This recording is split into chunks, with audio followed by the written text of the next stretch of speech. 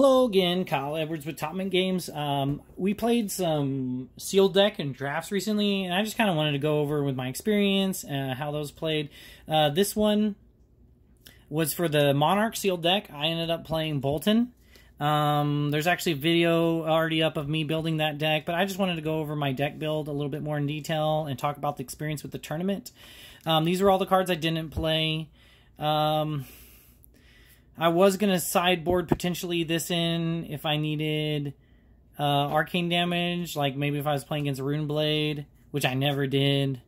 Or if I needed more cards because I thought they were going to exhaust me maybe.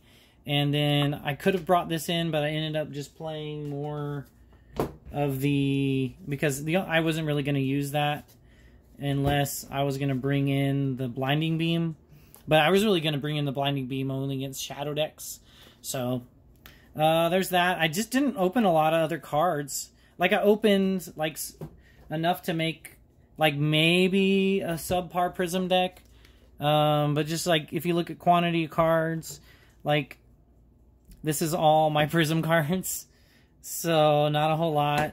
So, this is, like, or I guess that's kind of a Prism card. This I would have played in Prism, I think. Like, my Brute cards. Like, this is all my Brute cards. So, it's like, wow, not enough for deck. And then these are just generic Shadow cards. Or here's some Shadow Brute. Okay, here's some more Brute cards. So, so that's the reason I didn't play Brute. So, I had Soul Harvest. And, like, I don't have enough to make a chain deck work, for sure. Okay, so I could have made Brute work, but I know how Brute works, man. And, like, I only had 1, 2... 3, 4, 5, 6, 7, 8, 9. I only had 9 cards that had a 6 or more attack that I could play in the deck, so I just didn't think it was going to work. So I ended up making a Boltyn deck. Boltyn, he was decent. Like, I ended up going 2-1 with Boltyn. Yeah, we got matches up on the channel if you want to check those out. But Boltyn's good. You know, I got the free hatchets to go with them. I had 3 Ironhides, which actually worked because if you ever pitch a blue, you can just, like, block for 6. Which is, I think, what I did most every game. Was, like, pitch blue, block 6. Like, on a big attack or something. So, that was cool. It basically makes it to where 1 card can block for 6 instead of 3. Generic cards I played Rally the Rear Guard because I think it was decent because it was generic and cost 6, so I wanted to play every 6 attack generic card because of Prism, but turns out that's all I could get. I just played Adrenaline Rush because I like just playing extra cards. I might have not played this all the time, but I just like having extra cards sometimes in sealed deck and draft because exhaustion's more of a thing with the 30 card decks. So I had a Belittle and a couple Minnowism, very good in the deck. That worked out. And then these, I was mostly playing these just because they're blue, and then they can also reveal to Belittle. And then Warmonger's Recital was great. I like Warmonger's Recital, and this one pitches for blue, so there's that. Let's see, I also had some generic light cards. They were all decent. A blue and a red Rising Struggle, 2 yellow Seek Enlightenment, a yellow Impenetrable Belief, and a blue Invigorating Light. Everything else in my deck was actually warrior cards. So see, I actually have a good amount of warrior cards.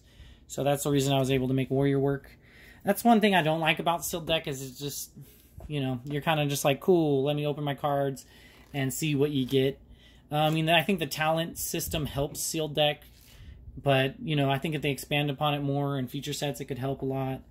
I had a yellow and a red Bolt of Courage. Okay, best card in deck. I mean, it's a Majestic, but Beacon of Victory. That won me some games. A yellow and a red Engulfing Light. A yellow and a red Courageous Steel Hand. A yellow Duskpath Pilgrimage. 2 red Plowthrough. And a blue Plowthrough. A blue and a yellow Express Lightning, and a yellow and a red Second Swing. These were kind of iffy. I don't know how I feel about second swing, because it says, if you've attacked with a weapon this turn, your next attack gets +4. So you had to, like, swing with a weapon, and you want to give it go again. So to do that, you want to use Boltyn to give it go again. Well, to give it go again with Boltyn, you need to have charged. So you literally need to, like, bolt a card, like, if you do this, you need cards already charged up. Basically what I'm saying is that second swing requires a lot of setup, because you need to give your weapon attack go again, and to do that you need to have charged and hope that they could just take it. So, like, I mean, if you've charged and then you have Courageous Steel Hand, great. But at the end of the day, you're still needing to charge. I guess I didn't really get any of the thing that's just like auto go again attack, so that's a bummer, unless it's like a light one. No, like, so, like, it was so hard to set up second swing.